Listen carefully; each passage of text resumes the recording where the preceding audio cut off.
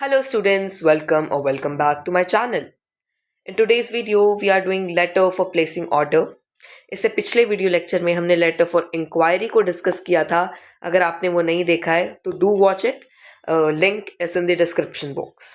और आज हम लेटर फॉर प्लेसिंग ऑर्डर करने वाले हैं. लेटर फॉर प्लेसिंग ऑर्डर एक कमर्शियल कन्वर्जेशन होती है, right, which involves business and ultimately profit. और जो ये लेटर है, जो लेटर को लिखने वाला होगा, that is going to be customer, right. और वो डिपेंड करता है टॉपिक टू टॉपिक. अगर आप स्कूल में हो, आप बुक्स मंगा सकते हो, मेडिकल इक्विपमेंट्स वगैरह वगैरह, right. You can be medical incharge. और अगर आप जिससे मंगा रहे हो तो it could be sales manager.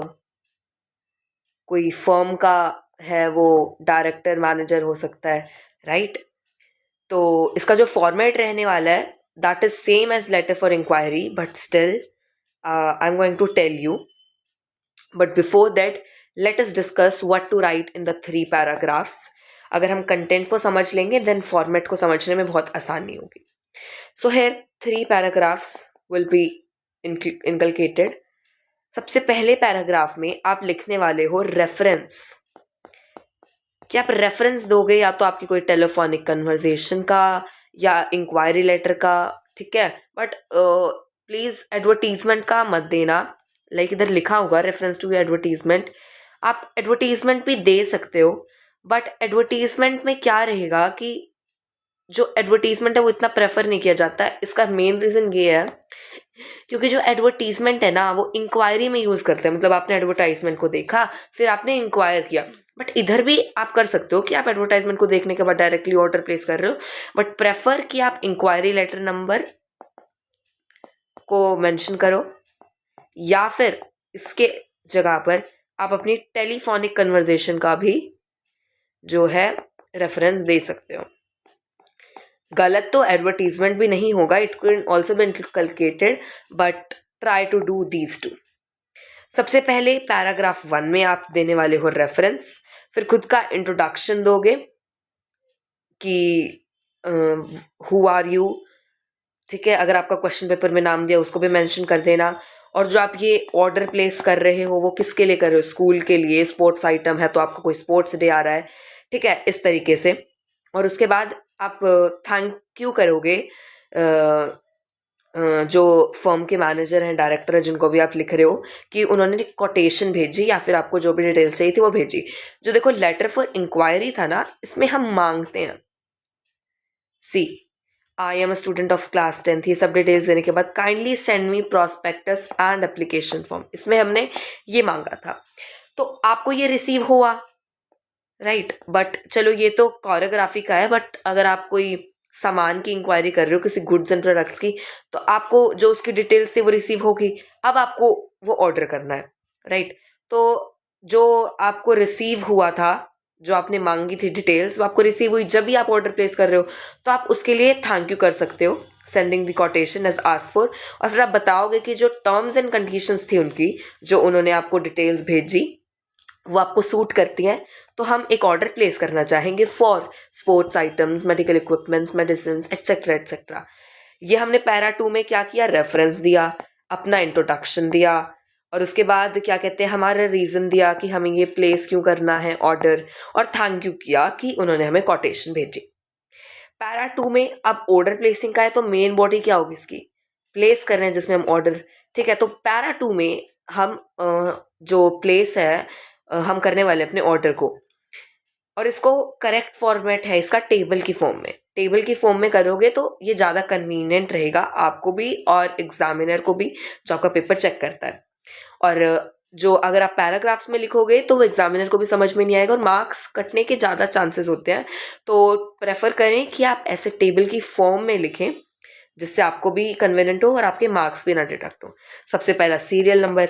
Suppose करते हैं कि आप मेडिकल इक्विपमेंट्स का मंगा रहे हो, या फिर चलो बुक्स ले लेते हैं, राइट. मान लो आपने सीरियल नंबर दिया. अभी जो पैरामीटर्स है ना, ये चेंज करेंगे, वेरी करेंगे कि आप क्या किस चीज़ का ऑर्डर दे रहे हो. सपोज करो आप बुक्स का दे रहे हो, तो नेम ऑफ प्रोडक्ट आपने दिया मैथ्स बुक, ठीक है. आपने मैथ्स की बुक थी, 10th क्लास के लिए, क्वांटिटी मान लो आपने 10, अब यहाँ ब्रांड नहीं लिखोगे अगर आप बुक के लिए बुक कर रहे हो, then you'll write publication, right. तो आप लिख दोगे अरिहंत, ओसवाल, चलो ओसवाल लिख देते हैं। इस तरीके से आप सभी बुक्स का वो लिखोगे। देन जब कलर आता है, अब देखो कलर बुक का तो मैटर नहीं करता है, तो इधर आप कलर को इंक्लूड नहीं करोगे, राइट। तो जो ये पैरामीटर्स हैं ये टॉपिक टू टॉपिक वेरी करेगा। मान लो अगर आप मेडिकल इक्विपमेंट्स मंगा रहे हो तो उसमें आप सॉल्ट्स को लिख सकते हो कि ये मेडिसिन है, इसके बाद सॉल्ट्स की इस जो मेडिसिन में इसमें कौन से सॉल्ट्स प्रेजेंट है, तो ये वेरी करेगा। ये एक जनरल आइडिया है कि पैरा 2 में आपको ऑर्डर प्लेस करने के लिए कैसे टेबल बनानी है। पैरा 3 हमें पता ही है, जिसमें हम कंक्लूड करेंगे और अपने सारे एडिशनल पॉइंट्स को ऐड करेंगे। अब हमने जैसे लिखा we hope to receive the order at the earliest और बाय, आप डेट बता रहे हो कि कब तक आप अपना ऑर्डर चाहते हो। फिर आप इधर मोड ऑफ पेमेंट बताओगे कि पेमेंट कैसे करने वाले हो आप, चेक से, डिमांड ड्राफ्ट से, टाइम ऑफ डिलीवरी पे, ठीक है। और आप बताओगे कि जो गुड सप्लाई होने चाहिए वो सुपीरियर क्वालिटी के होने चाहिए। और आप इस चीज़ को भी क्लियर करोगे कि अगर कोई भी चीज़ फैब्रिकेटेड निकलती है या फिर ब्रोकन हमें फाइंड आउट होती है तो वो रिप्लेस की जाएगी उन्हीं के कॉस्ट पे। सो आप इसको लिखोगे if any of the item is found fabricated और broken it should be replaced at your own cost. Para 3 हम ऐसे लिखेंगे और फिर हम उनको बताएंगे कि we expect the goods would be as per as the sample. Sample आपको मिला ही होगा जब आपने प्रोस्पेक्टस की बात की थी। जैसे कोचिंग का तो प्रोस्पेक्टस हो गया, बट आप इंक्वायरी में अगर ऐसी चीज़ों को मंगा रहे हो तो आप सैंपल के लिए जो है वो इंक्वायर करोगे, राइट। अब एक क्वेश्चन देख लेते हैं जिससे आपको सब कुछ क्लियर हो जाएगा कि what to do in letter for placing order. इस लेटर को आप ध्यान में रखियो और इससे आपके सारे के सारे जो लेटर्स होंगे वो आप लिखने में कैपेबल हो जाओगे। ये देखो, यू आर नीलम राकेश। अब कई लोग ऐसा कहते हैं कि अगर आप बॉय हो तो ही राकेश लो, गर्ल हो तो ही नीलम लो, बट अगर आप बॉय हो तो भी नीलम ले सकते हो और गर्ल है तो भी राकेश ले सकते हो, क्योंकि examiner and CBSE board want know your identity. और अगर उसको पता भी चलता है कि अगर आप लड़के हो तो इसमें कोई मार्क्स डिडक्ट होने की बात नहीं है। ये मैंने क्यों बताया, क्योंकि कुछ नेम्स होते हैं जो कंफ्यूजिंग होते हैं कि वो लाइक प्रीत, रीत, तो ये कुछ नाम है जो लड़के के भी हो सकते थे लड़की के भी हो सकते थे। अगर आपको ऐसा कंफ्यूजन होती है तो हेजिटेट मत करना, कोई भी नाम ले सकते हो। अब देखो आपको यहाँ पर नीलम राकेश दिया है, so let us take Rakesh. Store incharge है, ये आपका एड्रेस दिया हुआ है, दिस इज योर एड्रेस, मतलब कि दिस इज सेंडर्स एड्रेस। उसके बाद लिखा है यहाँ पर कि आपके स्कूल को बैग्स और कुछ एक्सेसरीज चाहिए बल्क में नए सेशन के लिए, तो हमें यहाँ पे प्लेसिंग ऑर्डर के लिए लिखना है sales manager of Sky Bags Industries Limited. ये किसका एड्रेस हुआ, this is receiver's address, okay. चलो लेटर को स्टार्ट करते हैं। ये देखो ये आपका एड्रेस गिवन था, तो this was sender's address. Sender's address 2 से 3 लाइन में आना चाहिए, 3 लाइन को एक्सीड नहीं करना चाहिए। यहाँ पर जो था वो एड्रेस बहुत बड़ा था तो आपने 3 लाइन्स में लिख दिया, बट सपोज करो it would be #31 Vasant Vihar Delhi, तो 2 लाइन में भी लिखा जा सकता है और 3 में भी, 2 to 3 not more than 3। Then leave 1 line, then date. Date का करेक्ट फॉर्मेट ये है और ऐसे मत लिखना डेट, फिर आप लिख रहे हो 21 नवंबर, डोंट मेंशन इट, डायरेक्टली ऐसे डेट लिखो। रिसीवर्स एड्रेस में सबसे पहले आप किसको लिख रहे हो, वो द सेल्स मैनेजर। देखो ये क्वेश्चन में गिवन था the sales manager. Sky Bags Industry Limited, ये था हमारा रिसीवर्स एड्रेस। ये एज इट इज हमें क्वेश्चन पेपर में प्रोवाइडेड था। जो हमारा रिसीवर्स एड्रेस है ये 3 to 4 लाइन्स में ही आना चाहिए, 4 लाइन्स एक्सीड नहीं करना चाहिए। एड्रेस थोड़ा बड़ा था बट 3 लाइन्स में भी चलेगा, 3 to 4 lines are enough. Then आप एक और लाइन को लीव करेंगे, leave 1 line. Then subject, subject इतना तो कॉमन ही रहेगा, प्लेसिंग ऑर्डर फॉर, अब मेडिकल इक्विपमेंट्स है या कुछ भी है तो इधर बैग्स के लिए था, तो bags and accessories in bulk for commencement of new section. Commencement भी लिख सकते हो और स्टार्टिंग भी लिख सकते हो, राइट। अराइवल भी लिख सकते हो ऑफ न्यू एकेडमिक सेशन भी, मतलब ज़रूरी नहीं है जो क्वेश्चन पेपर में गिवन आप उसी को स्टिक रहो, अपने तरफ से भी आप थोड़ा सा जो है मोल्ड कर सकते हो। Then leave one line and then respected sir. इसके बाद कुछ बच्चे रिस्पेक्टेड सर के साथ कोमा लगा देते हैं, तो ये कोमा नहीं लगाना है। कोमा सिर्फ थैंकिंग यू के बाद लगेगा, इधर नहीं लगेगा। Then again leave one line. ये वाला leave one line is optional, but prefer करना कि आप एक लाइन को लीव ही करो, क्योंकि इससे क्वेश्चन आंसर शीट आपकी प्रेजेंटेबल लगेगी।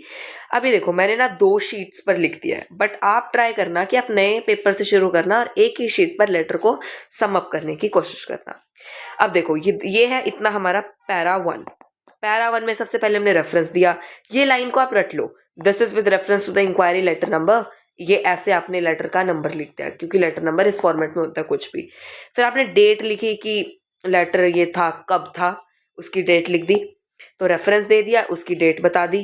Thank you for sending the quotation as asked for, बता दिया, थैंक यू कर दिया उन्होंने, जो भी आपको प्रोस्पेक्टस डिटेल्स जो भी भेजा, कंटेंट के हिसाब से आप इसको चेंज कर लेना। अगर कोई कोचिंग सेंटर का है तो आप उसका एप्लीकेशन फॉर्म हो सकता है, रजिस्ट्रेशन फॉर्म हो सकता है। यहाँ पर तो हम सिर्फ बैग्स को कर रहे हैं, तो यहाँ पर कोटेशन यूज किया।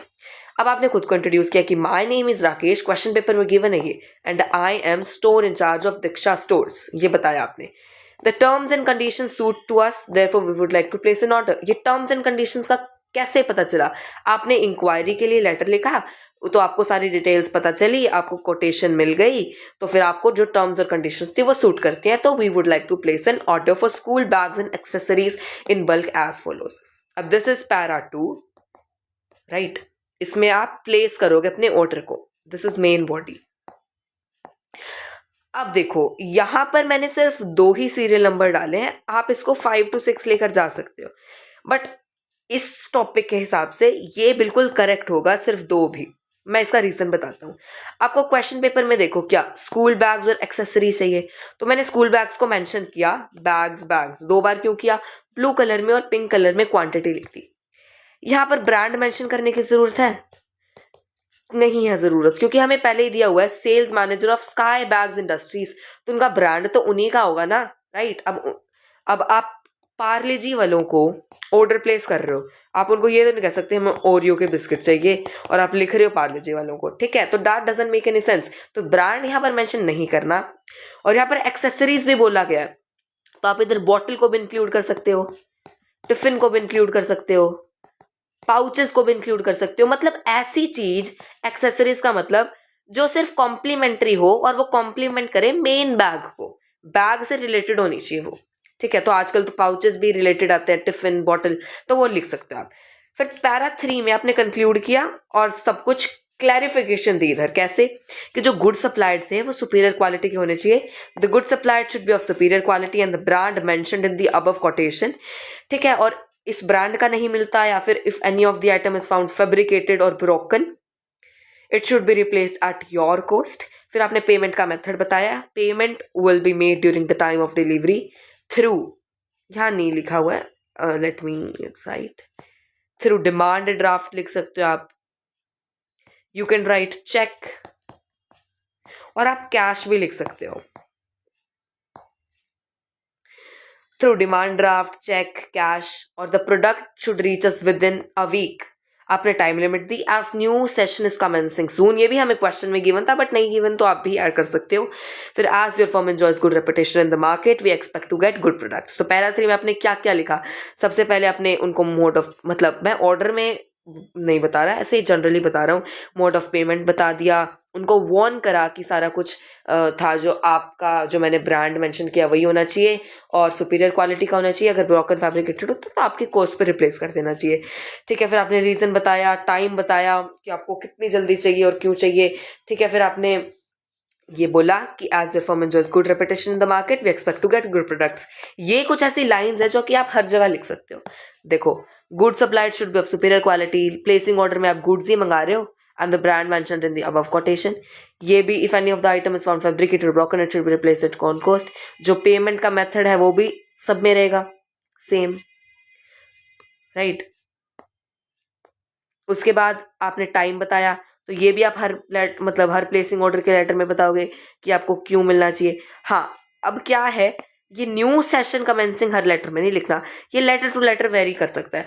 मान लो आप एल्मीराज का या फिर मेडिसिन का मंगा रहे हो और आपका स्कूल से कोई रिलेशन ही नहीं है, तो अगर आप लिखोगे न्यू सेशन इज कमेंसिंग सून, तो वो सेंस नहीं बनाएगा ना वहां पे कुछ। ये तो स्कूल से रिलेटेड था, स्कूल बैग्स अब बच्चे लेंगे अगर नया सेशन आएगा, ठीक है। और ये वाली लाइन भी आप हर जगह यूज कर सकते हैं। As your firm enjoys good reputation in the market we expect to get good products. अब देखो थैंकिंग यू यहां पर कॉमा आएगा, योर सिंसियरली, आपने साइन किया, राकेश लिखा, और यहाँ पे आपको डेजिग्नेशन खुद से तो कुछ बनाकर नहीं लिखनी, बट अगर क्वेश्चन पेपर में गिवन है तो लिख दो। इसी के साथ जो हमारा लेटर फॉर प्लेसिंग ऑर्डर है वो यहीं पे खत्म होता है।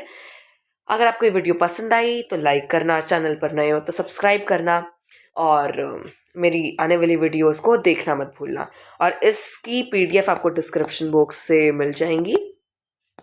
और अगर आप कुछ 1 से 2 previous year question letter for placing order से प्रैक्टिस करोगे तो आपका हो जाएगा। देखो जब तक आप अपने खुद के हाथ से नहीं लिखोगे तो that would not make any sense.